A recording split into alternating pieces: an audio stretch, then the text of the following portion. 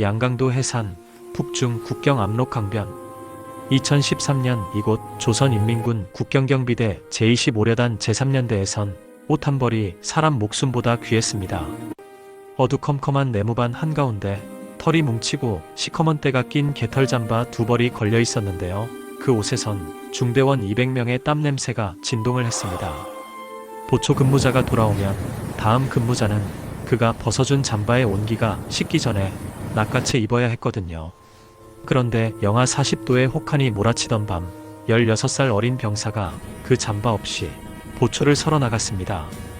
그리고 다음날 아침 그는 딱딱하게 굳은 채 발견되었습니다. 그의 곁에는 김이 모락모락 나는 보위부 간부의 오리털 파카가 걸려 있었습니다. 왜 200명의 군인이 단 두 벌의 옷을 나눠 입어야 했을까요? 16살 소녀는 왜 맨몸으로 겨울 강가에 서야 했을까요? 잠시 구독과 좋아요 한 번씩 눌러주시면 매일 새로운 감동적인 탈북 이야기를 만나보실 수 있습니다. 이 이야기에 대한 여러분의 생각을 댓글로 남겨주세요. 저는 조선인민군 국경경비대 제25려단 제3년대 김혁철 하사였습니다. 하지만 제 진짜 직업은 군인이 아니라 노가다꾼이었거든요. 10년을 군복 입고 살았는데요. 그중 9년은 총 대신 삽을 잡았습니다. 봄이 오면 협동농장 모내기에 동원되고 여름엔 김매기, 가을엔 추수, 겨울엔 산에 올라가 땔감을 베어 날라야 했습니다. 군인이라고 해봤자 농민군이었던 거죠. 실탄 사격 훈련이요? 10년 동안 고작 6발 쐈습니다. 한 해에 한 발도 못 쏘는 해가 더 많았어요. 총알이 귀하니까 사격장에 나가면 조준선 맞추는 연습만 하고 돌아왔거든요. 방아쇠 당기는 감각조차 잊어버릴 지경이었습니다. 우리 부대 근무지는 양강도 해산, 압록강이 내려다 보이는 국경지대였습니다. 겨울이면 영하 40도까지 떨어지는 곳이었는데요. 그 추위가 얼마나 살인적이냐면 아침에 세수하려고 대야에 받아둔 물이 1시간 만에 얼어버릴 정도였습니다. 손가락 끝이 갈라져서 피가 스며 나와도 그냥 참고 일해야 했어요. 약은커녕 붕대 하나 없었으니까요. 보초 근무는 2인 1조로 2시간씩 교대였습니다. 새벽 2시부터 4시까지 그 귀신 같은 시간대에 초소에 서면 숨 쉴 때마다 입김이 하얗게 얼어붙어서 턱수염이 고드름처럼 변했거든요. 그런데 웃긴 게 뭐냐면요. 우리가 지켜야 할 대상이 탈북자가 아니라 중국 보따리상이었다는 겁니다. 그 사람들이 건너올 때 길을 터주고 대신 담배 한 보루, 소주 한 병, 좋으면 현금 몇 위안을 챙겼습니다. 상부에선 국경을 철통같이 지켜라고 하는데 정작 우리 배는 고파 죽을 지경이었으니까요. 밀수를 묵인하지 않으면 굶어 죽는 건 우리였습니다. 배급은 하루에 강냉이밥 600g이 기준이었는데요. 실제로 나오는 건 300g도 안 됐습니다. 그마저도 돌멩이가 섞여 있어서 밥을 씹다가 이가 부러진 동료도 있었거든요. 어떤 날은 아예 배급이 끊겨서 산에서 도토리를 주워다가 삶아 먹기도 했습니다. 군인이 도토리로 연명하는 나라, 그게 바로 제가 살던 조선이었습니다. 동복 보급이요? 입대할 때 받은 하복 한 벌로 3년을 버텨야 했습니다. 동복은 중대 비품, 그러니까 공용이었거든요. 개인 소유가 아니라 200명이 돌려입는 옷이었습니다. 그게 바로 네모반 한가운데 걸려있던 그 지독한 개털 잠바 두 벌이었습니다. 보초 교대 시간이 되면 근무 나갔던 전우가 벗어놓은 잠바를 다음 근무자가 재빨리 낚아채 입어야 했습니다. 조금이라도 늦으면 온기가 다 식어버려서 얼음장 같은 옷을 입는 꼴이 되거든요. 그 옷엔 200명의 땀과 채취가 겹겹이 배어 있었습니다. 지독한 냄새였지만 그게 우리에겐 생명줄이었습니다. 보위 지도원 박 씨는 달랐습니다. 그는 중국제 오리털 파카를 입고 양가죽 군화를 신었습니다. 그가 네모반 앞을 지나갈 때면 스르륵 하는 고급 옷감 스치는 소리가 났거든요. 우리는 이가 들끓는 내복을 입고 밤마다 긁어대며 떨고 있었는데 말입니다. 박 보위의 방에선 늘 고기 굽는 냄새가 났습니다. 중국 보따리상들한테 뇌물로 받은 돼지고기와 닭고기를 구워 먹었거든요. 우리가 돌 섞인 강냉이 밥으로 끼니를 때울 때 그는 하얀 쌀밥에 고깃국을 먹었습니다. 한 번은 박 보위가 중국에서 들여온 미제 브랜드 담배를 피우는 걸 봤습니다. 평소엔 미제 승냥이 물건 쓰면 안 된다고 우리를 잡아놓고 훈시하던 사람이 정작 본인은 미제 담배를 피우고 미제 브랜드 파카를 입고 있었던 겁니다. 그걸 보는 순간 뭔가 목구멍까지 치밀어 올랐지만 꾹 눌러 삼킬 수밖에 없었습니다. 그해 겨울 신병 최일병이 우리 소대로 배치되었습니다. 키 148cm, 몸무게 38kg. 총보다 작아 보이는 아이였습니다. 16살이라고 했는데 영양실조 때문인지 12살쯤 되어 보였거든요. 첫날 점호 때 그 아이가 군복을 입고 있는 게 아니라 군복이 아이를 삼킨 것처럼 보였습니다. 최일병은 유독 추위를 많이 탔습니다. 다른 전우들이 내무반에서 훈련받을 때도 그 아이만 혼자 부들부들 떨고 있었거든요. 손발이 시퍼렇게 질려서 저는 제 담요를 하나 덮어줬습니다. 어느 날 저녁 최일병이 조심스럽게 제게 다가왔습니다.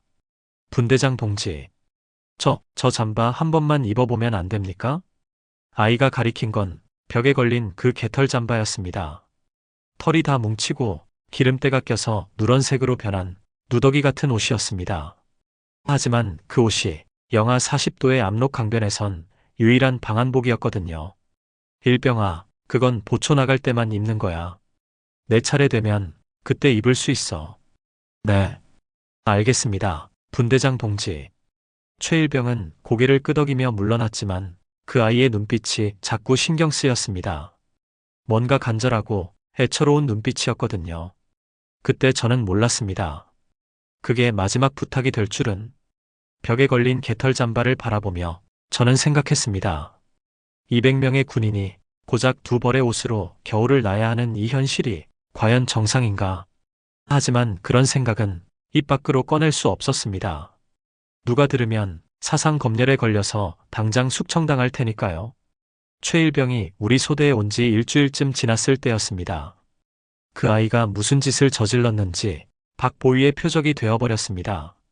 그리고 그날부터 우리 소대에 먹구름이 들이우기 시작했습니다. 최일병이 우리 소대에 온 지 2주쯤 지났을 때였습니다. 배급이 또 끊긴 날이었거든요. 아침부터 물만 들이켰는데 저녁이 되자 속이 텅 빈 것처럼 허전했습니다. 온 중대원이 배를 움켜쥐고 있었지만 최일병은 유독 더 힘들어 보였습니다. 그 작은 몸으로 어떻게 이 배고픔을 견딜 수 있을까 싶었거든요. 그날 저녁 최일병이 내무반으로 돌아오지 않았습니다. 1시간쯤 지나서야 그 아이가 후들거리는 다리로 들어왔는데요. 손에는 얼어붙은 옥수수 뿌리 몇 개가 들려 있었습니다. 흙이 묻은 채로요. 저는 그 순간 가슴이 철렁 내려앉았습니다. 민가 밭을 함부로 파헤치면 주민이 보위부에 신고하고 그럼 군 기강문란으로 잡혀가는 게 뻔했거든요. 저는 최일병을 붙잡고 어디서 났냐고 다그쳤습니다. 그 아이는 고개를 푹 숙인 채 근처 민가 밭에서 캤다고 떨리는 목소리로 대답했습니다. 배가 너무 고파서 어쩔 수 없었다고, 죄송하다고 계속 고개를 숙이는 그 아이를 보니 화가 나면서도 한편으로는 가슴이 미어졌습니다. 16살짜리 아이가 얼어붙은 땅을 파서 옥수수 뿌리를 캐야 할 정도로 배가 고팠다는 게 이 나라의 현실이었으니까요. 저는 한숨을 쉬며 그 옥수수 뿌리를 아궁이에 넣어 구웠습니다. 탄내가 나도록 태워서 흔적을 없애야 했거든요. 다음부턴 절대 이러지 말라고, 걸리면 큰일 난다고 타일렀습니다. 최일병은 고개를 끄덕이며 죄송하다고 또 중얼거렸습니다. 하지만 그날 밤 박보위가 우리 내무반으로 들이닥쳤습니다. 박보위가 문을 박차고 들어왔을 때 내무반 안의 공기가 순식간에 얼어붙었습니다. 그의 얼굴은 벌겋게 상기되어 있었는데요. 누군가 신고를 한 게 분명했습니다. 누가 민가 밭을 파헤쳤냐고 박보위가 차갑게 물었습니다. 아무도 입을 열지 못했습니다. 박보위는 내무반을 천천히 둘러보다가 최일병 앞에서 멈춰 섰습니다. 그리고 그 아이를 뚫어지게 쳐다봤습니다. 최일병이 했다는 걸 이미 알고 있었던 겁니다. 그 아이는 떨리는 목소리로 자기가 했다고 인정했습니다. 박보위는 비웃듯이 코웃음을 쳤는데요. 군 기강이 이 지경이냐고, 배고프면 뭐든 해도 된다는 거냐고 차갑게 말했습니다. 최일병은 죄송하다고, 다시는 안 그러겠다고 계속 고개를 숙였습니다. 하지만 박보위는 용서할 생각이 없어 보였습니다. 그는 최일병의 멱살을 잡아 끌어올렸는데요. 그 아이의 발이 바닥에서 떨어졌습니다. 마치 인형처럼 가벼워 보였습니다. 오늘부터 내 보초 시간을 바꾸겠다고 박보이가 차갑게 선언했습니다. 새벽 2시부터 4시, 가장 추운 시간대로 배치하겠다고요. 그리고 정신 무장을 똑바로 시켜야 하니까 잠바는 입지 말고 맨몸으로 서라고 명령했습니다. 그 말을 듣는 순간 제 입에서 저도 모르게 말이 튀어나왔습니다. 너무 심한 거 아니냐고요. 하지만 박보이는 저를 노려보며 내가 분대장 교육을 똑바로 시켰으면 애가 이렇게 나약하지 않았을 거라고 책임을 전가했습니다. 그 눈빛이 경고였습니다. 더 떠들면 너도 같이 당한다는. 저는 입을 다물 수밖에 없었습니다. 그날 밤 10시쯤 최일병이 첫 번째 보초를 서러 나갔습니다. 원래는 개털 잠바를 입고 나가야 하는데 박보이가 그 옷을 내무반에서 치워버렸거든요. 최일병은 얇은 하복 한 벌만 입고 눈보라가 휘몰아치는 압록 강변으로 걸어갔습니다. 저는 그 뒷모습을 보면서 가슴이 조여왔습니다. 영하 40도의 혹한에 맨몸으로 이 시간을 버틸 수 있을까? 그 아이가 무사히 돌아올 수 있을까? 불안감이 저를 짓눌렀거든요. 저는 몰래 숨겨뒀던 핫팩을 꺼냈습니다. 중국 보따리상한테 받은 건데 귀한 물건이었거든요. 최일병이 초소로 가기 전에 그 아이 손에 쥐어줬습니다. 이거라도 쥐고 있으라고, 절대 잠들면 안 된다고 속삭였습니다. 최일병의 눈에 눈물이 맺혔습니다. 하지만 그 아이는 울지 않았습니다. 그냥 고개를 꾸벅 숙이고 고맙다는 말만 작게 남긴 채 어둠 속으로 걸어갔습니다. 1시간쯤 지났을 때 박보이가 초소로 나가는 게 보였습니다. 불길한 예감이 들었는데요. 10분 뒤 박보이가 돌아왔을 때 그의 손에는 제가 준 핫팩이 들려 있었습니다. 이게 뭐냐고, 미제 승냥이 물건을 쓰냐고 박보이가 저를 노려보며 따졌습니다. 제가 줬다고 말하려는 순간 그는 저를 잘라 말했습니다. 이런 식으로 병사들 나약하게 만들 거냐고 차갑게 협박했습니다. 박보이는 그 핫팩을 자기 호주머니에 집어넣었습니다. 그리고 저를 뚫어지게 쳐다봤는데요. 그 눈빛이 무서웠습니다. 너도 조심하라는 경고였거든요. 저는 아무 말도 하지 못했습니다. 그 순간 제 눈에 뭔가가 들어왔습니다. 박보이가 입고 있는 그 오리털 파카, 소매 부분에 작은 영문 로고가 새겨져 있었습니다. 미제 브랜드였습니다. 평소에 우리한테는 미제 물건 쓰면 안 된다고 입에 침이 마르도록 떠들던 사람이 정작 본인은 미제 파카를 입고 있었던 겁니다. 그 순간 뭔가가 목구멍까지 치밀어 올랐습니다. 분노였는지 허탈함이었는지 잘 모르겠습니다. 하지만 꾹 눌러 삼킬 수밖에 없었습니다. 입 밖으로 꺼내는 순간 저도 끝이니까요. 그날 밤 저는 잠을 잘 수가 없었습니다. 최일병이 지금 얼마나 춥고 무서울까, 그 생각뿐이었거든요. 새벽 2시가 되자 저는 몰래 일어나 창문으로 밖을 내다봤습니다. 초소 쪽은 너무 어두워서 잘 보이지 않았지만 가끔씩 손전등 불빛이 깜빡이는 게 보였습니다. 최일병이 혼자서 맨몸으로 영하 40도의 한밤중을 버티고 있었습니다. 이게 정상인가? 그 생각이 머릿속을 맴돌았습니다. 16살짜리 아이한테 옥수수 뿌리 몇 개 캔 게 그렇게 큰 죄인가? 우리는 배급도 제대로 못 받으면서 왜 이렇게 살아야 하는 건가? 하지만 그런 생각은 입 밖으로 꺼낼 수 없었습니다. 누가 들으면 사상이 불순하다고 숙청당하니까요. 새벽 4시, 교대 시간이 되었습니다. 다음 근무자가 나가려고 개털 잠바를 찾았는데 박보이가 그걸 자기 방에 숨겨놨더군요. 결국 다음 근무자도 맨몸으로 나가야 했습니다. 한 고참이 제게 속삭였습니다. 이거 너무한 거 아니냐고요. 저도 똑같이 생각했지만 대답할 수가 없었습니다. 박보이가 무서워서가 아니라 제가 뭘 할 수 있는 게 아무것도 없었기 때문입니다. 최일병이 초소에서 돌아왔을 때 그 아이의 입술은 시퍼렇게 질려 있었습니다. 온몸이 부들부들 떨리고 있었는데요. 말도 제대로 못했습니다. 괜찮냐고 물었지만 그 아이는 괜찮다고만 떨리는 목소리로 대답했습니다. 하지만 괜찮을 리가 없었습니다. 최일병은 내무반으로 들어오자마자 난로 옆에 쓰러졌는데요. 한참 동안 몸을 떨었습니다. 저는 제 담요를 덮어줬지만 그걸로는 부족했습니다. 그날 이후로 박보이는 매일 밤 최일병을 새벽 2시 근무에 세웠습니다. 그리고 매번 잠바를 빼앗았습니다. 정신무장을 시키는 거라는 명목으로요.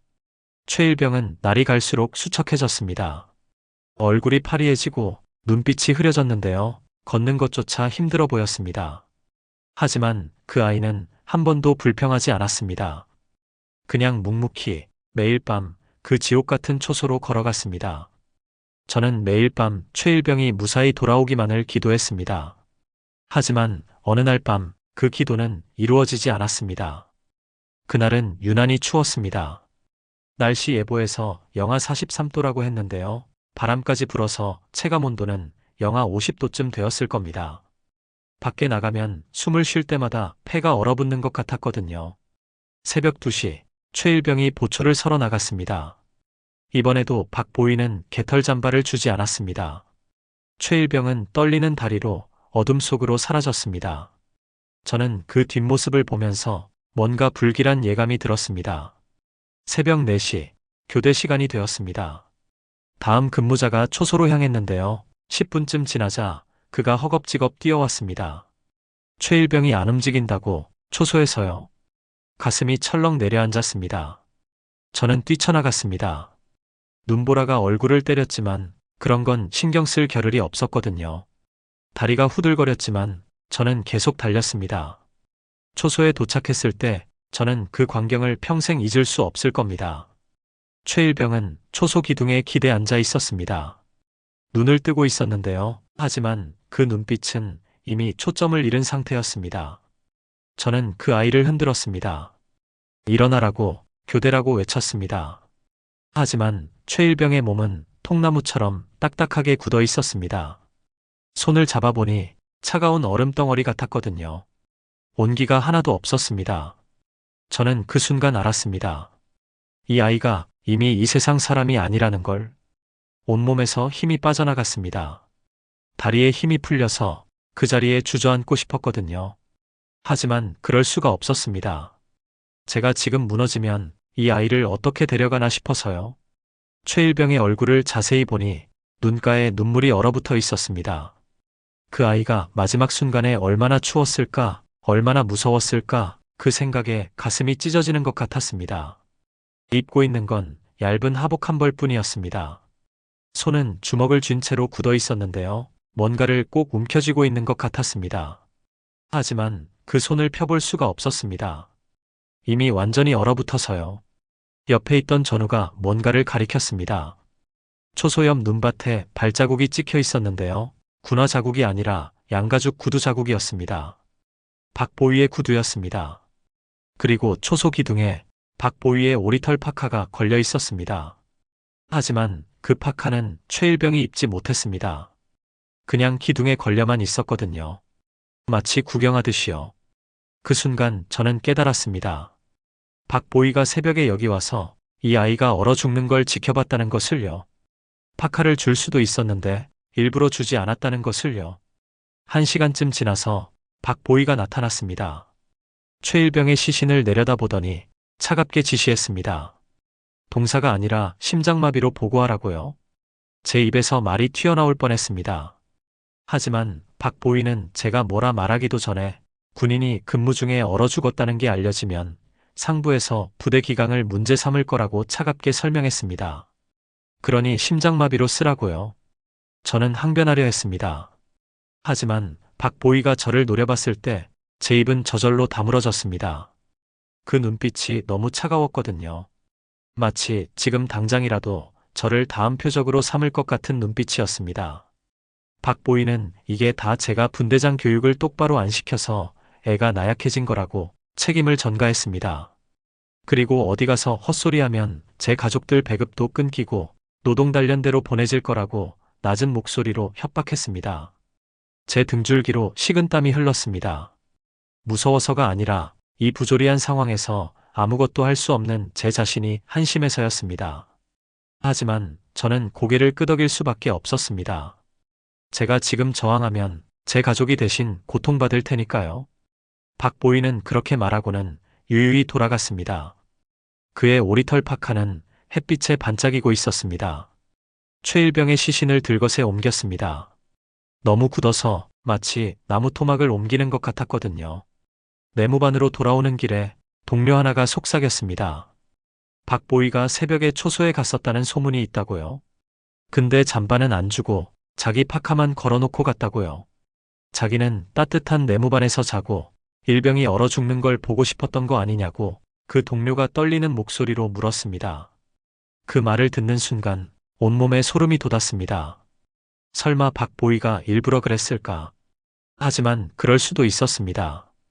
그는 늘 최일병을 눈엣 가시처럼 여겼으니까요. 옥수수 뿌리 몇 개 캔 것 때문에 16살짜리 아이를 죽음으로 몰아넣었던 겁니다. 내무반에 돌아왔을 때 벽에 걸린 개털 잠바가 보였습니다. 박보이가 자기 방에서 다시 꺼내 걸어놓은 거였습니다. 털이 뭉치고 때가 낀 누더기 같은 옷. 하지만 그 옷만 입었어도 최일병은 죽지 않았을 겁니다. 이 옷 한 벌이 한 사람의 목숨보다 가벼운 나라. 그 생각이 머릿속을 맴돌았습니다. 10년을 이 나라를 위해 충성했는데 대가가 고작 이것인가. 동료의 죽음을 눈앞에서 보면서도 아무 말도 할 수 없는 이 현실이 과연 정상인가. 그날 오후 중대 집합이 있었습니다. 박보이가 단상에 올라가서 훈시를 시작했습니다. 최일병 동무는 심장마비로 순직했다고 우리는 그의 희생을 기억하며 더욱 혁명 정신을 굳건히 해야 한다고 말했습니다. 순직? 희생? 저는 이를 악물었습니다. 저 인간이 최일병을 죽인 주제에 지금 영웅처럼 포장하고 있었습니다. 저는 주먹을 꽉 쥐었는데요. 손톱이 손바닥을 파고들어 아팠지만 그 고통으로 분노를 삼킬 수밖에 없었습니다. 앞으로 군 기강을 더욱 철저히 하겠다고 분대장들은 병사 교육에 더욱 신경 쓰라고 박보이가 차갑게 지시했습니다. 그리고 저를 쳐다봤습니다. 그 눈빛이 경고였습니다. 너도 조심해라. 다음은 내 차례다. 집합이 끝나고 한 전우가 제게 다가왔습니다. 우리가 보위부에 신고하면 안 되냐고, 진실을 알리면 안 되냐고 떨리는 목소리로 물었습니다. 저는 그 전우의 어깨를 잡고 조용히 말했습니다. 그러다간 우리 다 죽는다고요? 신고해봤자 소용없다고, 보위부끼리 덮을 거라고, 오히려 우리가 사상불순으로 잡혀간다고요? 저는 그렇게 말하면서도 제 자신이 한심했습니다. 동료가 억울하게 죽었는데 진실조차 말하지 못하는 이 비겁함이 저를 갉아먹었거든요. 그날 밤 저는 최일병의 유품을 정리했습니다. 낡은 군복 한 벌, 낡은 군화 한 켤레, 그리고 주머니에서 작은 사진 한 장이 나왔습니다. 흑백 사진이었는데요. 어린 여자아이가 웃고 있었습니다. 아마 최일병의 여동생이었을 겁니다. 사진 뒷면에는 삐뚤빼뚤한 글씨로 오빠 힘내세요라고 쓰여 있었습니다. 그 글씨를 보는 순간 눈물이 왈칵 쏟아졌습니다. 이 아이가 이 사진을 품에 안고 얼마나 외로웠을까, 얼마나 집에 가고 싶었을까, 그 생각에 가슴이 미어졌습니다. 이 나라는 사람을 사람으로 보지 않는다. 그 깨달음이 제 마음속 깊은 곳에서 솟아올랐습니다. 다음 날 최일병을 묻었습니다. 양지 바른 곳도 아니었습니다. 그냥 부대 뒤편 언 땅을 곡괭이로 대충 파서 묻었거든요. 관도 없었습니다. 군복에 싼 채로 차가운 땅 속에 집어넣었습니다. 중대원들이 울면서 흙을 덮었습니다. 저도 삽으로 흙을 퍼올렸는데요. 손이 떨려서 제대로 할 수가 없었습니다. 16살짜리 아이를 이렇게 보내야 한다는 게 너무나 억울했거든요. 흙이 최일병의 얼굴을 덮을 때마다 제 가슴도 함께 묻히는 것 같았습니다. 그때 박보이가 나타났습니다. 손에는 술병이 들려 있었는데요. 비틀거리며 걸어왔습니다. 빨리 묻으라고, 시간 없다고 그가 짜증 섞인 목소리로 재촉했습니다. 그리고 쓸데없이 울지 말라고, 혁명 전사는 눈물 없이 전진하는 거라고 차갑게 말했습니다. 박보이는 그렇게 말하고는 술을 한 모금 마셨습니다. 그리고 주머니에서 뭔가를 꺼내 먹기 시작했는데요. 기름진 닭다리였습니다. 최일병은 옥수수 뿌리 하나 때문에 죽었는데 저 인간은 닭다리를 먹고 있었습니다. 그 순간 제 안에서 뭔가가 끊어지는 소리가 들렸습니다. 참고 또 참았던 그 무언가가 마침내 한계에 도달한 것 같았습니다. 장례를 마치고 중대원들이 돌아갔습니다. 하지만 저는 혼자 남았습니다. 최일병의 무덤 앞에 앉아서 한참을 말없이 있었거든요. 일병아 미안하다. 형이 널 못 지켜줘서. 마음속으로 그렇게 말하며 작은 돌멩이 하나를 주워서 무덤 위에 올려놨습니다. 북한에선 무덤에 돌을 올려주는 게 고인을 기억하겠다는 약속이거든요. 형이 나가서 세상에 알릴게. 내가 왜 죽었는지, 이 나라가 얼마나 썩었는지. 그렇게 속삭였습니다. 누가 들으면 당장 총살당할 말이었지만 저는 더 이상 참을 수가 없었습니다. 해가 지고 어둠이 내렸습니다. 추웠지만 저는 일어나지 않았습니다. 그냥 거기 앉아서 최일병의 마지막 순간을 상상했습니다. 얼마나 추웠을까, 얼마나 무서웠을까, 살려달라고 외치고 싶었을까. 그 고통이 제 것처럼 느껴졌습니다. 내무반으로 돌아왔을 때 벽에 걸린 개털 잠바가 보였습니다. 최일병이 그토록 입고 싶어 했던 그 옷이었습니다. 저는 그 옷을 내렸습니다. 그리고 한참을 들여다봤는데요. 200명의 땀 냄새가 진동했습니다. 역겨운 냄새였지만 이상하게도 눈물이 났습니다. 이 옷 한 벌만 있었어도 최일병은 살 수 있었는데 그 생각에 가슴이 무너져 내렸거든요. 이 옷을 입고 나가자. 그 생각이 머릿속을 스쳤습니다. 이 옷을 입고 압록강을 건너자. 살아서 나가서 세상에 알리자. 이 나라가 얼마나 사람을 짓밟는지. 그날 밤 저는 보초 근무를 자원했습니다. 새벽 2시 최일병이 마지막으로 섰던 그 시간대였습니다.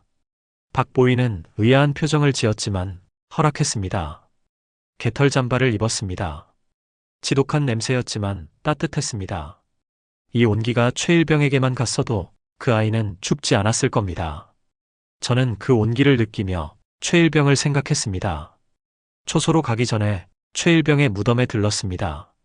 어둠 속에서 조그만 돌무덤이 보였습니다. 일병아 형 간다. 내 목까지 살아서 이 나라의 진실을 알릴게. 마음속으로 그렇게 약속하며 주머니에서 최일병의 사진을 꺼냈습니다.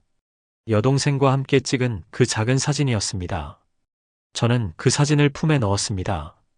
너랑 같이 갈게. 혼자 두고 못 가겠다. 그렇게 속삭이고 일어섰습니다. 그때 뒤에서 발소리가 들렸습니다. 돌아보니 순찰조가 지나가고 있었습니다. 가슴이 철렁했지만 다행히 저를 보지 못했습니다. 초소에 섰습니다. 압록강이 눈앞에 펼쳐져 있었는데요. 달빛에 반사된 얼음이 은빛으로 빛났습니다. 저쪽이 중국이었습니다. 저쪽으로만 가면 이 지옥에서 벗어날 수 있었습니다. 하지만 쉬운 결정이 아니었습니다. 잡히면 총살입니다. 가족들도 수용소로 끌려갑니다. 3대가 멸문당하는 겁니다. 하지만 저는 이미 마음을 정했습니다. 이대로 있으면 언젠가 저도 최일병처럼 죽을 테니까요. 아니면 박보이 같은 인간이 되어서 다른 사람을 짓밟으며 살아야 하니까요. 차라리 도망치다 죽는 게 나았습니다. 교대 시간이 가까워졌습니다. 저는 개털 잠바를 꽉 여미고 압록강을 내려다봤습니다. 얼음이 두꺼워 보였지만 며칠간 날이 풀려서 불안했습니다. 하지만 지금 아니면 기회가 없었습니다. 심호흡을 했습니다. 차가운 공기가 폐를 찔렀는데요. 그 고통이 오히려 제 정신을 맑게 해줬습니다. 최일병의 사진을 가슴에 꼭 안았습니다. 일병아 형이 너를 데리고 나갈게. 이 나라를 벗어나자. 그렇게 속삭이고 저는 얼어붙은 압록강을 향해 첫 발을 내디뎠습니다. 압록강 얼음판 위에 첫 발을 내딛는 순간 세상의 모든 소리가 사라진 것 같았습니다. 귀에 들리는 건 오직 제 심장이 두근거리는 소리뿐이었거든요. 개털 잠바를 꽉 여민 채 저는 천천히 강을 향해 걸어갔습니다. 총은 챙기지 않았습니다. 10년 동안 6발밖에 쏘지 못한 총알보다 제 2다리가 더 믿음직했거든요. 게다가 무거운 소총을 메고 얼음판 위를 기어가는 건 자살행위나 마찬가지였습니다. 대신 주머니에는 최일병의 사진 한 장이 들어 있었습니다. 개털 잠바를 입은 제 몸은 생각보다 훨씬 무거웠습니다. 200명의 땀과 기름때가 배어있는 이 옷이 마치 200명의 목숨을 짊어진 것처럼 느껴졌거든요. 하지만 이 무게가 싫지 않았습니다. 오히려 저를 지탱해주는 힘 같았습니다. 초소를 떠나기 전 저는 마지막으로 부대 쪽을 돌아봤습니다. 어둠 속에 잠긴 내무반, 그곳에서 10년을 살았습니다. 청춘을 바쳤습니다. 하지만 돌아갈 이유는 하나도 없었습니다. 최일병처럼 죽고 싶지 않았으니까요. 강변으로 내려가기 전에 저는 최일병의 무덤으로 향했습니다. 달빛에 비친 작은 돌무더기가 보였는데요. 어제 제 손으로 묻은 곳이었습니다. 무덤 앞에 무릎을 꿇었습니다. 차가운 땅이 무릎을 파고들었지만 그 고통은 아무것도 아니었습니다. 최일병이 느꼈을 추위에 비하면요. 일병아, 형이 너를 데리고 나간다. 마음속으로 그렇게 말하며 주머니에서 그 아이의 사진을 꺼냈습니다. 여동생과 함께 웃고 있는 흑백 사진이었습니다. 달빛 아래서 그 사진을 보니 최일병의 얼굴이 더욱 선명하게 보였습니다. 16살의 어린 얼굴이었습니다. 저는 그 사진을 가슴팍 깊숙이 넣었습니다. 심장 가까이에요. 이 아이를 혼자 두고 갈 수 없었습니다. 함께 이 지옥을 벗어나야 했습니다. 작은 돌멩이 하나를 주워서 무덤 위에 조심스럽게 올려놓았습니다. 북한에선 무덤에 돌을 올려주는 게 고인을 기억하겠다는 약속이거든요. 저는 그 돌을 쓰다듬으며 마지막 인사를 건넸습니다. 형이 나가서 세상에 알릴게. 내가 왜 죽었는지, 이 나라가 얼마나 썩었는지. 그리고 너는 영웅이었다고, 비겁한 형 대신 먼저 간 용감한 아이였다고. 목이 메어서 더 이상 말을 이을 수가 없었습니다. 일어서려는데 뒤에서 발소리가 들렸습니다. 심장이 덜컥 내려앉았습니다. 돌아보니 순찰조였습니다. 2명의 병사가 손전등을 들고 이쪽으로 다가오고 있었습니다. 저는 재빨리 개털잠바 깃을 세워 얼굴을 가렸습니다. 그리고 무덤을 향해 묵념하는 척했습니다. 순찰조가 지나가는 소리가 들렸는데요. 다행히 저를 수상하게 여기지 않았습니다. 전후의 무덤 앞에서 애도하는 분대장으로 보였던 모양입니다. 발소리가 멀어지자 저는 천천히 몸을 일으켰습니다. 등에서 식은땀이 흘렀습니다. 조금만 늦었어도, 조금만 의심받았어도 모든 게 끝이었을 겁니다. 압록 강변으로 내려갔습니다. 강둑에 서서 얼음판을 내려다보니 달빛에 반사된 얼음이 은빛으로 빛나고 있었습니다. 아름다웠지만 동시에 두려웠습니다. 저 얼음 아래는 차가운 강물이 흐르고 있었으니까요. 얼음이 가장 두꺼운 곳을 찾아야 했습니다. 10년 동안 이 강변을 지키며 배운 게 있다면 어디가 안전하고 어디가 위험한지 아는 것이었습니다. 강 중앙보다는 가장자리가 두껍고 물살이 빠른 곳보다는 느린 곳이 안전했습니다. 하지만 며칠간 날씨가 풀렸습니다. 낮 기온이 영하 10도까지 올라갔는데요. 그 정도면 얼음 표면이 녹기 시작합니다. 밤에 다시 얼지만 그 얼음은 약했습니다. 발을 잘못 디디면 그대로 물속으로 빠질 수 있었습니다. 저는 강변을 따라 천천히 걸으며 가장 안전해 보이는 지점을 찾았습니다. 상류 쪽 굽이진 곳이었습니다. 물살이 약하고 얼음이 겹겹이 쌓여 있는 곳이었거든요. 심호흡을 했습니다. 차가운 공기가 폐를 채웠는데요. 그 차가움이 오히려 정신을 또렷하게 만들어줬습니다. 지금부터는 한 발짝 한 발짝이 생사를 가를 겁니다. 첫 발을 얼음판에 내딛었습니다. 미세한 소리가 들렸습니다. 얼음이 갈라지는 소리였습니다. 심장이 멎는 것 같았습니다. 하지만 멈출 수 없었습니다. 멈추는 순간 제 몸무게가 한 지점에 집중되어 얼음이 깨질 테니까요. 저는 배를 깔고 엎드렸습니다. 몸무게를 최대한 분산시키기 위해서였습니다. 그리고 천천히, 아주 천천히 앞으로 기어가기 시작했습니다. 개털 잠바가 얼음판에 쓸리는 소리가 유난히 크게 들렸습니다. 스르륵, 스르륵. 그 소리가 마치 제 생명이 깎여나가는 소리처럼 느껴졌습니다. 귀를 찢을 듯 시끄러웠지만 멈출 수가 없었습니다. 한 뼘, 한 뼘 앞으로 나아갔습니다. 팔꿈치가 얼음판에 쓸려 아팠지만 참았습니다. 무릎이 얼음에 스쳐 따가웠지만 참았습니다. 지금 아픔을 참지 못하면 영원히 이 얼음 아래 갇힐 테니까요. 10m쯤 나아갔을 때 또다시 쩍 하는 소리가 들렸습니다. 이번엔 더 컸습니다. 저는 숨을 멈췄습니다. 움직이지 않았습니다. 얼음이 제 몸무게를 견딜 수 있을 때까지 기다려야 했습니다. 귀를 얼음판에 갖다 댔습니다. 물소리가 들렸습니다. 제 바로 아래 몇 센티미터만 내려가면 영하의 강물이 흐르고 있었습니다. 그 물에 빠지는 순간 3분도 못 버티고 동사할 겁니다. 최일병이 떠올랐습니다. 그 아이가 초소에서 얼어 죽던 모습이요. 저는 그렇게 죽고 싶지 않았습니다. 그래서 다시 기기 시작했습니다. 20m, 30m, 조금씩 앞으로 나아갔습니다. 손가락 끝이 시려서 감각이 없어졌지만 계속 움직였습니다. 발가락이 얼어붙는 것 같았지만 멈추지 않았습니다. 강 중간쯤 왔을 때였습니다. 반대편에서 불빛이 비쳤습니다. 손전등이었습니다. 중국 국경 수비대였습니다. 저는 그 자리에 엎드려 숨을 죽였습니다. 심장이 귀에서 쿵쿵 뛰는 게 들렸습니다. 너무 시끄러워서 저 멀리 있는 중국 병사들도 들을 것 같았습니다. 손전등 불빛이 얼음판을 훑었습니다. 천천히 좌우로 움직이며요. 저는 개털 잠바에 얼굴을 묻었습니다. 검은색 잠바가 어둠 속에서 눈에 띄지 않기를 기도했습니다. 불빛이 제 쪽으로 다가왔습니다. 5m, 3m, 1m. 저는 숨도 쉬지 않았습니다. 심장이 터질 것 같았지만 꾹 참았습니다. 불빛이 제 머리 위를 스쳐 지나갔습니다. 그리고 멈췄습니다. 다시 돌아왔습니다. 제 등을 비췄습니다. 끝났다. 그 생각이 머릿속을 스쳤습니다. 들켰다. 이제 총소리가 들릴 거다. 아니면 고함 소리가 들릴 거다. 하지만 아무 소리도 들리지 않았습니다. 불빛이 천천히 다른 쪽으로 움직였습니다. 저를 못 봤던 겁니다. 아니면 봤는데 그냥 얼음판 위의 돌멩이로 착각했던 걸까요? 불빛이 완전히 사라지자 저는 헐떡이기 시작했습니다. 참았던 숨이 한꺼번에 터져나왔습니다. 온몸이 떨렸습니다.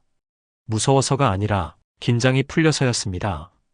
하지만 아직 끝이 아니었습니다. 강 중간이었습니다. 돌아갈 수도 없고 멈출 수도 없었습니다. 앞으로, 오직 앞으로만 가야 했습니다. 저는 다시 기기 시작했습니다. 이번엔 더 빨리, 더 조심스럽게요. 중국 쪽 강둑이 점점 가까워졌습니다. 10m, 5m, 3m. 거의 다 왔을 때 손전등 불빛이 다시 나타났습니다. 이번엔 2개였습니다. 그리고 고함 소리가 들렸습니다. 중국어였습니다. 알아들을 순 없었지만 멈추라는 뜻인 건 알 수 있었습니다. 저는 얼어붙었습니다. 돌아가야 하나, 계속 가야 하나. 뒤를 돌아보니 북한 쪽에서도 손전등 불빛이 보였습니다. 제가 없다는 걸 눈치챈 겁니다. 앞에는 중국 국경 수비대, 뒤에는 북한 순찰대. 저는 그 한가운데 있었습니다. 돌아가면 죽습니다. 총살입니다.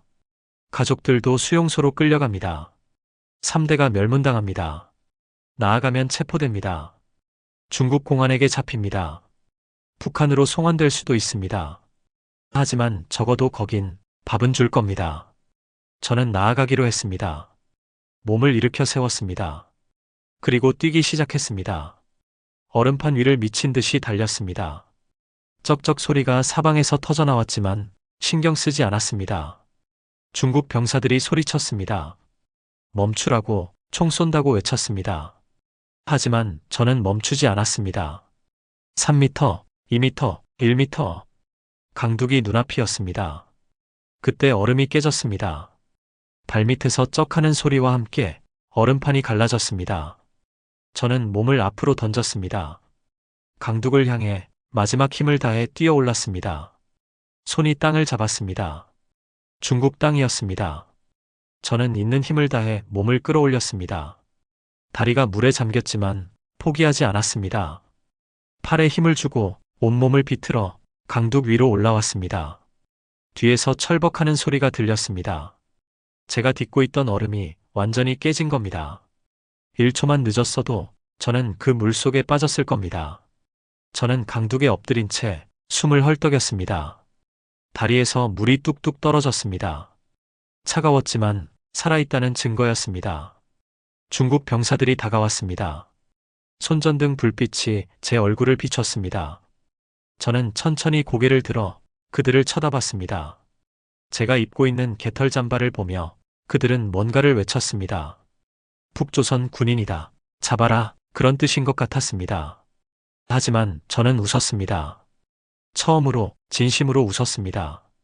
여기는 북한이 아니었으니까요. 여기선 최일병처럼 얼어 죽지 않아도 되니까요. 중국 병사들이 저를 둘러쌌습니다. 5명이었습니다. 모두 소총을 들고 있었는데요. 총구가 제 머리를 겨누고 있었습니다. 하지만 저는 두렵지 않았습니다. 오히려 안도감이 들었습니다. 적어도 여기선 박보위가 없으니까요. 한 병사가 다가와서 제 팔을 잡았습니다. 일으켜 세우려는 것 같았습니다. 저는 순순히 따랐습니다. 저항할 이유가 없었거든요. 여기서 잡히면 최소한 신문을 받고 밥을 먹고 따뜻한 방에서 하룻밤을 잘 수 있을 테니까요. 하지만 그 순간 뒤에서 고함 소리가 들렸습니다. 북한 순찰대였습니다. 그들이 강 건너편에서 소리쳤습니다. 저를 넘기라고, 탈영병이라고 외쳤습니다. 중국 병사들이 멈칫했습니다. 서로 눈빛을 교환했습니다. 뭔가 논의하는 것 같았는데요. 저는 그 틈을 놓치지 않았습니다. 몸을 비틀며 병사의 소나기에서 벗어났습니다. 그리고 달리기 시작했습니다. 어디로 가는지도 모른 채 그냥 앞으로 압록강에서 멀어지는 쪽으로 달렸습니다. 뒤에서 고함 소리가 터져나왔습니다. 멈추라는 소리, 쫓아오는 발소리, 깨짖는 소리까지 뒤섞여 들렸습니다. 하지만 저는 뒤돌아보지 않았습니다. 뒤돌아보는 순간 다리에 힘이 풀려 주저앉을 것 같았거든요. 눈 덮인 밭이 나타났습니다. 옥수수 밭이었습니다. 수확이 끝난 밭이라 잘린 옥수수 줄기들이 눈 위로 삐죽삐죽 솟아 있었습니다.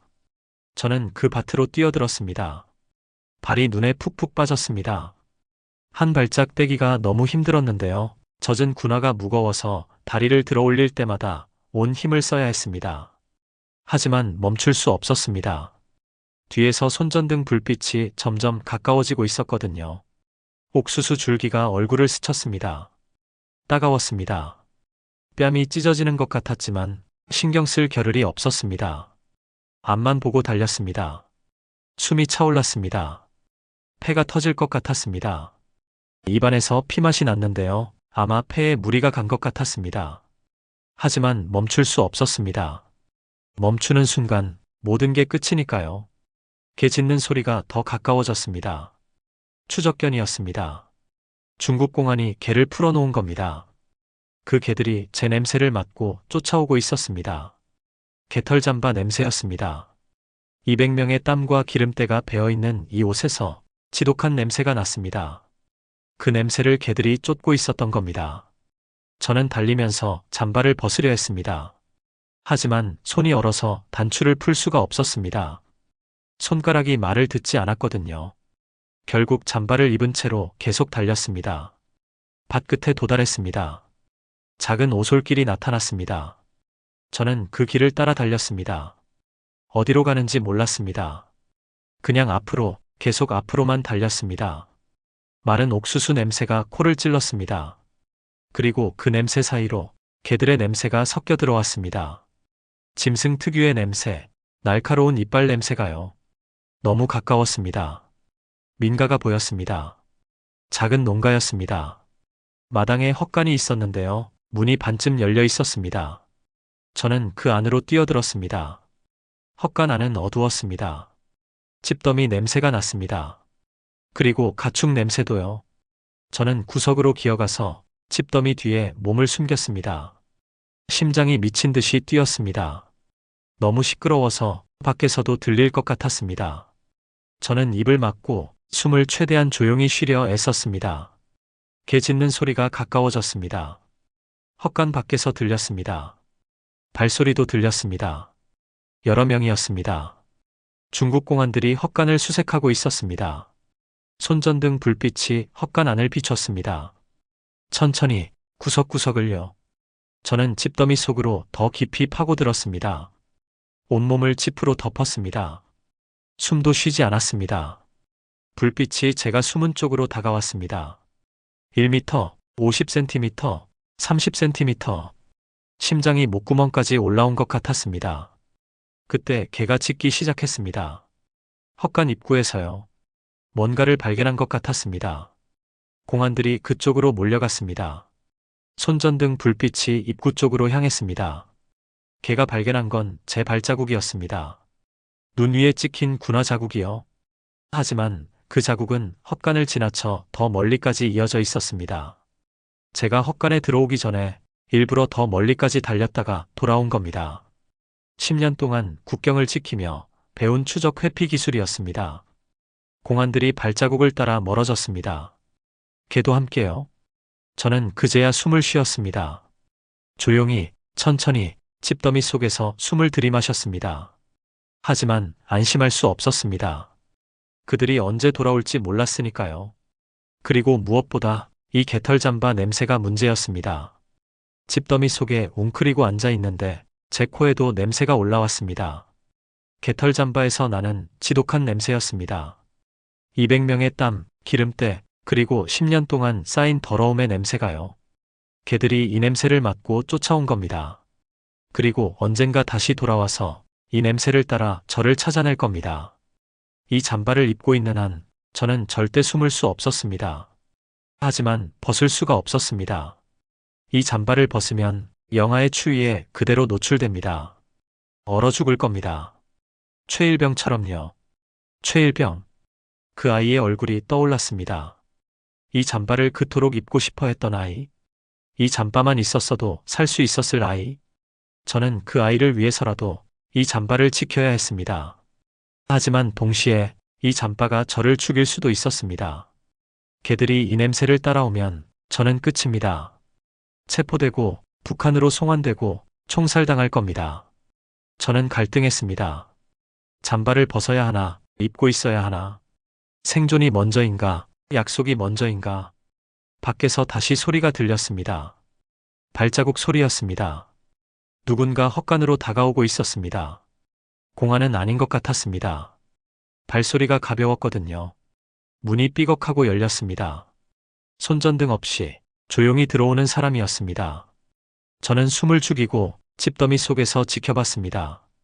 달빛에 비친 그 사람의 윤곽이 보였습니다. 중년 남자였습니다. 농부 같았습니다. 그는 헛간 안을 둘러보다가 제가 숨은 쪽을 향해 걸어왔습니다. 들켰다. 그 생각이 스쳤습니다. 하지만 도망칠 곳도 저항할 힘도 없었습니다. 저는 그냥 거기 앉아서 그를 바라봤습니다. 그 남자가 집더미를 걷어냈습니다. 그리고 저를 보았습니다. 개털 잠바를 입고 온몸이 눈과 지프로 뒤범벅이 된 저를요. 그 남자는 놀라지 않았습니다. 마치 예상했다는 듯이 조용히 고개를 끄덕였습니다. 그리고 중국어로 뭔가를 말했습니다. 저는 알아듣지 못했지만 그의 표정에서 적이는 느껴지지 않았습니다. 그는 제 개털 잠바를 가리켰습니다. 그리고 코를 막는 신용을 했습니다. 냄새가 너무 심하다는 뜻이었습니다. 저도 알고 있었습니다. 남자는 손짓으로 저를 따라오라고 했습니다. 저는 망설였습니다. 이 사람을 믿어도 되는 건가? 혹시 저를 공안에게 넘길 생각은 아닐까? 하지만 선택의 여지가 없었습니다. 여기 있으면 언젠가 들킬 테고 밖으로 나가면 얼어 죽을 테니까요. 저는 천천히 일어나 그를 따라갔습니다. 남자는 헛간 뒤편으로 저를 안내했습니다. 작은 창고가 있었는데요. 그 안에는 옷가지들이 쌓여 있었습니다. 중고 의류 같았습니다. 남자는 그 중에서 두꺼운 파카 하나를 꺼내 제게 건넸습니다. 그리고 제 개털 잠바를 가리키며 벗으라는 신용을 했습니다. 저는 이해했습니다. 이 사람이 브로커였습니다. 탈북자를 돕는, 아니면 탈북자를 이용해 돈을 버는 사람이었습니다. 어느 쪽이든 지금 당장은 제게 도움이 되는 사람이었습니다. 저는 개털 잠바를 벗었습니다. 10년 동안, 그리고 200명이 돌려 입었던 그 옷을요. 차가운 공기가 몸을 파고들었지만 해방감이 들었습니다. 그 무거운 짐을 내려놓은 것 같았습니다. 브로커가 그 잠바를 받아들었습니다. 그리고 창고 한쪽에 있는 아궁이로 가져갔습니다. 불을 피우고 그 잠바를 불 속에 던져 넣었습니다. 활활 타오르는 불꽃. 200명의 땀과 최일병의 한이 서린 옷이 제가 되어 사라졌습니다. 저는 그 불꽃을 바라보며 눈물이 흘렀습니다. 일병아, 미안하다. 형이 약속을 못 지켰다. 너랑 함께 나온다고 했는데 형 혼자만 살려고 내 옷을 태워버렸다. 브로커가 제 어깨를 두드렸습니다. 그리고 파카를 입으라고 손짓했습니다. 저는 그 파카를 입었습니다. 따뜻했습니다. 하지만 마음은 여전히 시렸습니다. 브로커는 저를 의심하는 눈빛으로 바라봤습니다. 그리고 중국어로 뭔가를 물었습니다. 보이부 첩자 아니냐는 뜻 같았습니다. 저는 고개를 저었습니다. 증거를 보여줘야 했습니다. 저는 주머니에서 최일병의 사진을 꺼냈습니다. 그리고 제 손을 보여줬습니다. 굳은 살이 박힌 손, 삽질로 다져진 손을요. 총 쏴본 손 같습니까? 삽질한 손 같습니까? 말은 통하지 않았지만 제 눈빛이 그렇게 말하고 있었습니다. 브로커는 잠시 저를 뚫어지게 쳐다보다가 천천히 고개를 끄덕였습니다. 그리고 손짓으로 저를 따라오라고 했습니다. 저는 마지막으로 아궁이를 돌아봤습니다. 개털 잠바는 이미 제가 되어 있었습니다. 200명의 땀도 최일병의 온기도 모두 사라졌습니다. 하지만 제 가슴 속에는 남아 있었습니다. 그 무게가, 그 약속이, 그 죄책감이 모두 제 안에 남아 있었습니다. 저는 브로커를 따라 어둠 속으로 걸어갔습니다. 압록강을 건넜습니다. 이제 되돌아갈 수 없었습니다. 브로커는 저를 작은 방으로 안내했습니다. 민가 뒤편에 있는 창고 같은 곳이었는데요. 창문도 없고 환기도 안 되는 관 같은 공간이었습니다. 방 안에는 곰팡이 냄새가 진동했습니다. 벽에 습기가 차서 물방울이 맺혀 있었는데요. 그 물방울이 뚝뚝 떨어지는 소리가 유난히 크게 들렸습니다. 마치 시계 초침 소리처럼 제 불안을 카운트다운하는 것 같았습니다. 브로커는 여기서 이틀 정도 숨어 있으라고 그동안 다음 루트를 알아보겠다고 하더라고요. 저는 고개를 끄덕일 수밖에 없었습니다. 선택권이 없었으니까요. 하지만 믿을 수가 없었습니다. 이 사람이 정말 저를 도와줄까? 아니면 현상금을 받으려고 공안에 신고할까?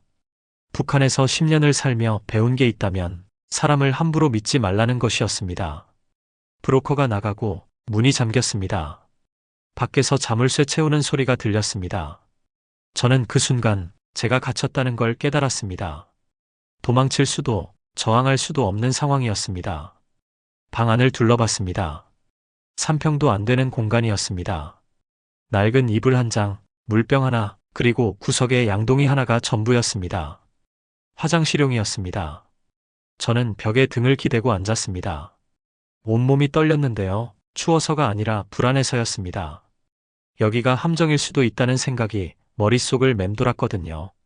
시간이 얼마나 지났는지 알 수 없었습니다. 창문이 없어서 밤인지 낮인지도 구분이 안 됐습니다.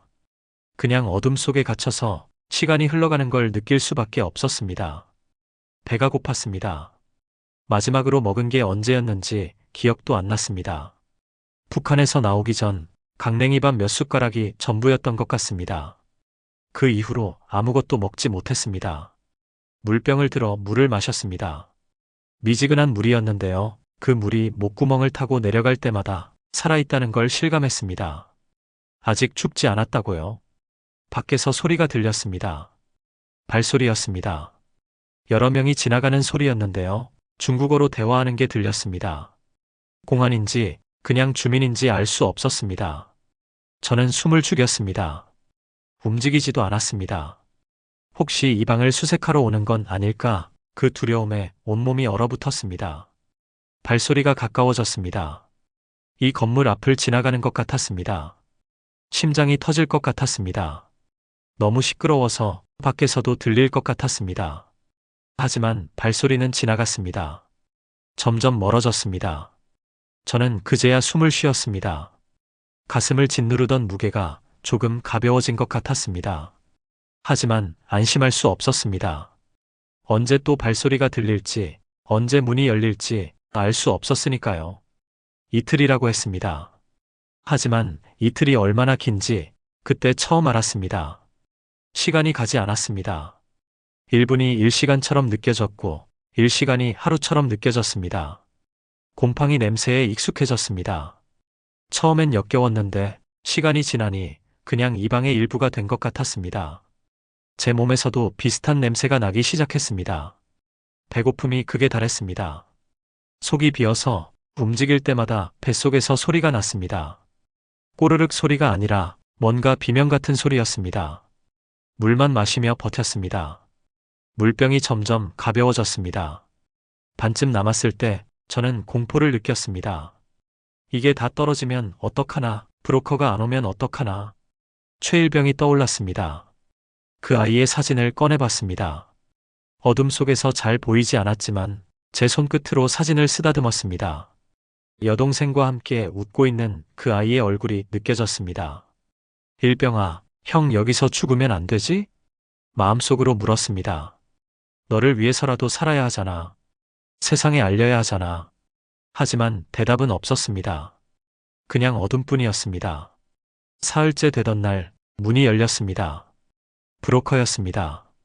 손에는 빵 한 봉지를 들고 있었는데요. 저는 그걸 보는 순간 눈물이 났습니다. 배가 고파서가 아니라 이 사람이 저를 버리지 않았다는 안도감 때문이었습니다. 브로커는 빵을 건네며 오늘 밤에 출발한다고 하더라고요. 베트남으로 간다고요. 거기서 라오스를 거쳐 태국으로 가면 한국 대사관에 연락할 수 있다고 했습니다. 저는 빵을 받아 먹었습니다. 천천히, 조금씩요. 너무 빨리 먹으면 토할 것 같았거든요. 하지만 그 빵 한 조각이 세상에서 가장 맛있는 음식이었습니다. 브로커가 제게 옷을 한 벌 더 건넸습니다. 중국 농민들이 입는 옷이었습니다. 이걸 입고 가야 눈에 안 띈다고 하더라고요. 저는 그 옷으로 갈아입었습니다. 거울이 없어서 제 모습을 볼 수 없었지만 아마 초췌했을 겁니다. 사흘 동안 제대로 먹지도 씻지도 못했으니까요. 하지만 살아있었습니다. 그게 중요했습니다. 밤이 되자 브로커는 저를 데리고 밖으로 나왔습니다. 트럭 짐칸에 저를 태웠는데요. 거기엔 다른 탈북자들도 있었습니다. 5명쯤 되었습니다. 아무도 말하지 않았습니다. 그냥 서로를 힐끗힐끗 쳐다볼 뿐이었습니다. 모두 같은 눈빛이었습니다. 불안과 희망이 뒤섞인 그런 눈빛이요. 트럭이 출발했습니다. 어디로 가는지 알 수 없었습니다. 짐칸에는 창문이 없었으니까요. 그냥 흔들리는 차 안에서 다음 목적지를 기다릴 뿐이었습니다. 며칠이 지났는지 모르겠습니다. 트럭은 가끔 멈췄고 우리는 화장실을 갔습니다. 밥은 하루에 한 번 빵이나 컵라면을 받았습니다. 제대로 된 식사는 아니었지만 북한에서 먹던 강냉이 밥보다는 나았습니다. 국경을 넘을 때가 가장 무서웠습니다. 브로커가 우리를 숨기려고 짐 사이에 끼워 넣었습니다. 숨도 제대로 쉴 수 없을 만큼 좁은 공간이었는데요. 검문소를 통과할 때마다 심장이 멎는 줄 알았습니다. 하지만 무사히 넘었습니다. 베트남이었습니다. 베트남 정글을 지날 때 저는 더 이상 춥지 않았습니다. 오히려 더웠습니다. 열대 기후라서 밤에도 후덥지근했거든요. 하지만 마음은 여전히 시렸습니다. 북한에 두고 온 사람들 때문이었습니다. 제가 탈북한 걸 알면 제 가족들이 수용소로 끌려갈 겁니다. 부모님, 형제들, 모두요. 그 죄책감이 저를 짓눌렀습니다. 제가 자유를 얻은 대가로 그들이 고통받을 겁니다. 이게 과연 옳은 선택이었을까? 그 의문이 밤마다 저를 괴롭혔습니다. 하지만 돌아갈 수는 없었습니다. 이미 강을 건넜습니다. 이미 국경을 넘었습니다. 돌아가는 순간 저는 죽습니다. 그러면 최일병에게 한 약속도 지킬 수 없습니다. 그래서 저는 앞으로 걸었습니다. 죄책감을 안고 두려움을 안고 그냥 앞으로만 걸었습니다. 정글을 빠져나왔을 때 저는 한국에 거의 다 왔다는 걸 알았습니다. 태국이 가까웠습니다. 거기서 한국 대사관에 연락하면 비행기를 타고 서울로 갈 수 있다고 브로커가 말해줬습니다. 서울. 제가 평생 꿈만 꿨던 곳이었습니다. TV에서만 보던 불빛이 가득한 도시였습니다. 이제 곧 그곳에 갈 수 있다는 게 믿기지 않았습니다. 하지만 동시에 두려웠습니다. 그곳에서 저는 어떻게 살아야 할까? 아무것도 모르는 탈북자가 어떻게 적응할 수 있을까? 그 불안을 안고 저는 마지막 여정을 시작했습니다. 비행기가 인천공항에 착륙했을 때 저는 창밖을 내다봤습니다. 밤이었는데요. 공항 활주로에 불빛이 가득했습니다. 마치 별이 땅에 내려앉은 것 같았습니다. 비행기 문이 열렸습니다. 저는 천천히 일어나 다른 탈북자들과 함께 밖으로 나갔습니다.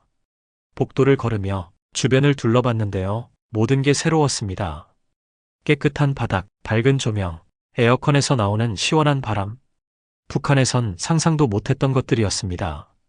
제가 정말 자유 대한민국에 왔다는 게 실감이 나지 않았습니다. 입국장을 통과할 때 한 직원이 저를 맞아줬습니다. 통일부 직원이라고 하더라고요. 저를 포함해 5명의 탈북자를 차에 태워 어딘가로 데려갔습니다. 차 안에서 창밖을 봤습니다.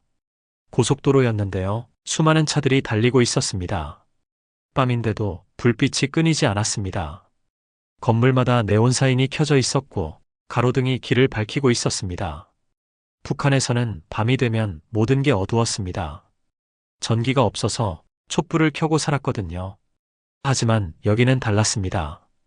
밤이 없는 것 같았습니다. 하나원에 도착했습니다. 탈북자들이 남한 사회에 적응하도록 교육받는 곳이라고 하더라고요. 3개월 동안 이곳에서 생활해야 한다고 했습니다. 방을 배정받았습니다. 2인 1실이었는데요. 침대가 있고 책상이 있고 화장실까지 딸려 있었습니다. 개인 화장실이었습니다. 북한에선 상상도 못한 사치였습니다. 룸메이트는 저보다 먼저 온 탈북자였습니다. 함경북도 출신이라고 하더라고요. 그는 제게 여러 가지를 알려줬습니다. 여기서 어떻게 생활하는지, 조심해야 할 게 뭔지요. 첫 며칠은 적응하기 힘들었습니다. 너무 조용했거든요. 북한에서는 늘 긴장하고 살았습니다. 누가 감시하는지, 누가 고자질하는지 항상 조심해야 했습니다. 하지만 여기는 달랐습니다. 아무도 저를 감시하지 않았습니다. 그게 오히려 불안했습니다. 이 평화가, 이 자유가 진짜인지 의심스러웠습니다. 밤에 잠을 잘 때도 문이 열리진 않을까, 보위부가 들이닥치진 않을까, 그런 악몽을 꿨습니다. 하나원에서는 여러 가지를 배웠습니다. 한국 사회 이해, 자본주의 경제, 취업 준비, 심지어 운전까지요. 모든 게 새로웠습니다. 가장 충격적이었던 건 돈의 개념이었습니다. 북한에서는 돈이 있어도 쓸 곳이 없었습니다. 배급으로 살았으니까요. 하지만 여기서는 모든 게 돈으로 움직였습니다. 밥도, 집도, 옷도 모두 돈을 주고 사야 했습니다. 처음에는 이해가 안 됐습니다. 왜 국가가 배급을 안 주나? 왜 스스로 해결해야 하나? 하지만 시간이 지나며 깨달았습니다. 이게 자유라는 걸요. 스스로 선택하고 스스로 책임지는 삶이요. 심리 상담도 받았습니다. 상담사 선생님이 제게 북한에서 겪은 일들을 말해보라고 하시더라고요. 저는 처음엔 말하기 싫었습니다. 다시 떠올리고 싶지 않았거든요. 하지만 조금씩 말하기 시작했습니다. 최일병 이야기를요. 그 아이가 어떻게 죽었는지, 제가 왜 탈북했는지요. 말하면서 눈물이 났습니다. 참으려 했지만 참을 수가 없었습니다. 선생님은 제 손을 잡아주시며 제 잘못이 아니라고 하시더라고요. 살아남은 게 죄가 아니라고요. 하지만 저는 여전히 죄책감을 느꼈습니다. 하나원을 수료하고 저는 서울에 정착했습니다. 정부에서 주는 정착금으로 작은 원룸을 얻었습니다. 처음으로 제 집이 생긴 겁니다. 어느 날 저녁 저는 명동에 갔습니다. 사람들이 많다고 해서 구경하러 간 거였습니다. 거리는 사람들로 북적였는데요. 모두 쇼핑을 하거나 밥을 먹고 있었습니다. 그때 한 매장 앞을 지나가다가 저는 발걸음을 멈췄습니다. 패딩 매장이었습니다. 쇼윈도에 수백 벌의 패딩이 걸려 있었는데요. 색깔도 다양하고 디자인도 다양했습니다. 검은색, 빨간색, 파란색, 모든 색깔이 다 있었습니다. 저는 그 앞에서 한참을 서 있었습니다. 사람들이 그 매장 안으로 들어가서 옷을 고르고 입어보고 사는 모습을 봤습니다. 마음에 안 들면 다른 걸 골랐습니다. 색깔이 마음에 안 든다고, 디자인이 별로라고, 그런 이유로요. 우린 200명이 두 벌로 살았는데 그 생각이 머릿속을 스쳤습니다. 여기선 옷이 주인을 기다리는구나. 하지만 한국이 천국은 아니었습니다. 처음에는 편의점 알바를 했습니다. 시급 9,000원이라고 하더라고요. 처음 받는 월급이 기대됐는데 막상 받아보니 생각보다 적었습니다. 원룸 월세 내고 밥 사 먹고 교통비 내고 나면 남는 게 별로 없었습니다. 사람들은 친절했지만 동시에 냉정했습니다. 탈북자라는 걸 알면 이상하게 쳐다봤습니다. 동정하는 눈빛도 있었고 무시하는 눈빛도 있었습니다. 어느 날 편의점에서 한 손님이 제 말투를 듣고 북한에서 왔냐고 물었습니다. 저는 그렇다고 대답했습니다. 그 손님은 힘들었겠다며 동정하더니 물건을 사지 않고 나갔습니다. 마치 제가 불쌍한 사람인 것처럼요. 저는 불쌍한 사람이 되고 싶지 않았습니다. 동정받고 싶지 않았습니다. 그냥 평범하게 살고 싶었습니다. 하지만 북한 억양을 감출 수가 없었습니다. 말할 때마다 제가 북한 사람이라는 게 드러났습니다. 편의점 일을 그만두고 공사판에서 일하기 시작했습니다. 막노동이었습니다. 힘들었지만 돈은 더 많이 벌었습니다. 그리고 무엇보다 북한 군대에서 10년 동안 삽질한 게 여기서 도움이 됐습니다. 일당을 받을 때마다 뿌듯했습니다. 제 땀으로 번 돈이었으니까요. 북한에서는 아무리 일해도 배급이 끊겼지만 여기서는 일한 만큼 돈을 받았습니다. 이게 자본주의구나. 그렇게 깨달았습니다.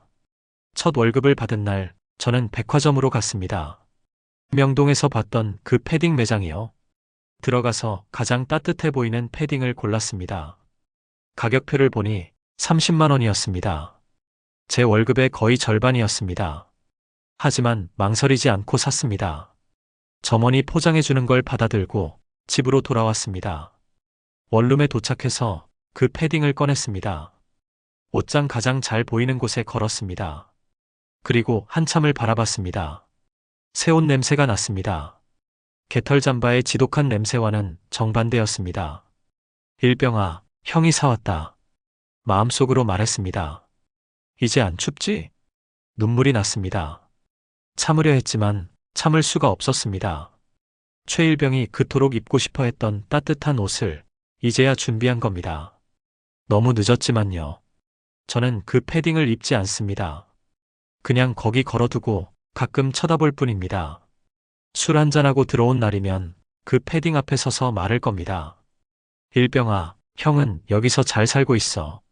힘들 때도 있지만 자유로워. 아무도 형을 감시하지 않아. 아무도 형한테 개털 잠바 2벌로 살라고 강요하지 않아. 그리고 형은 너를 잊지 않았어. 매일 생각해.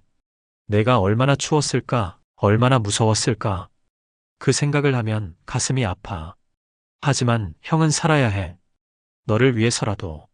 내 죽음이 헛되지 않게 형이 잘 살아야 해. 그게 형이 할 수 있는 최선이야. 최일병의 죽음은 헛되지 않았습니다. 그 아이가 저를 깨웠으니까요. 이 나라가 얼마나 썩었는지, 이 체제가 얼마나 사람을 짓밟는지 그걸 저에게 보여줬으니까요. 저는 오늘도 일합니다. 공사판에서 땀 흘리며 일합니다. 힘들지만 불평하지 않습니다. 제가 선택한 삶이니까요. 가끔 북한에 두고 온 가족들이 생각납니다. 부모님은 어떻게 지내실까? 형제들은 수용소에 끌려갔을까? 그 죄책감이 저를 괴롭힙니다. 하지만 후회하지 않습니다. 제가 북한에 남았다면 저도 최일병처럼 죽었을 테니까요. 아니면 박보희 같은 인간이 되어서 다른 사람을 짓밟으며 살았을 테니까요. 저는 자유를 택했습니다. 완벽하지 않지만 제가 선택한 삶입니다. 누가 시켜서가 아니라 제 의지로 선택한 삶이요. 그리고 저는 오늘도 말합니다. 옷장에 걸린 그 패딩을 보며요. 일병아, 형은 너를 잊지 않을게. 평생 기억할게. 그리고 너를 위해서 더 잘 살게. 북녘의 추위에 떨고 있을 전우들을 위해 저는 오늘도 기도합니다. 그들도 언젠가 따뜻한 옷을 입을 수 있는 날이 오기를요. 개털 잠바 2벌로 200명이 살았던 그 지옥에서 더 이상 아무도 죽지 않기를요. 자유는 공짜가 아닙니다. 누군가의 희생 위에 세워진 겁니다. 최일병의 희생, 그리고 북한에 남은 수많은 사람들의 고통 위에요. 저는 그 무게를 안고 살아갑니다. 무겁지만 버틸만 합니다. 왜냐하면 이게 제가 살아있다는 증거니까요. 그리고 언젠가 북한도 변할 거라고 믿습니다. 개털 잠바 2벌이 아니라 200벌의 따뜻한 옷이 있는 나라가 되기를요. 그날이 올 때까지 저는 여기서 살아가겠습니다. 최일병의 목까지 2배로 열심히 살아가겠습니다.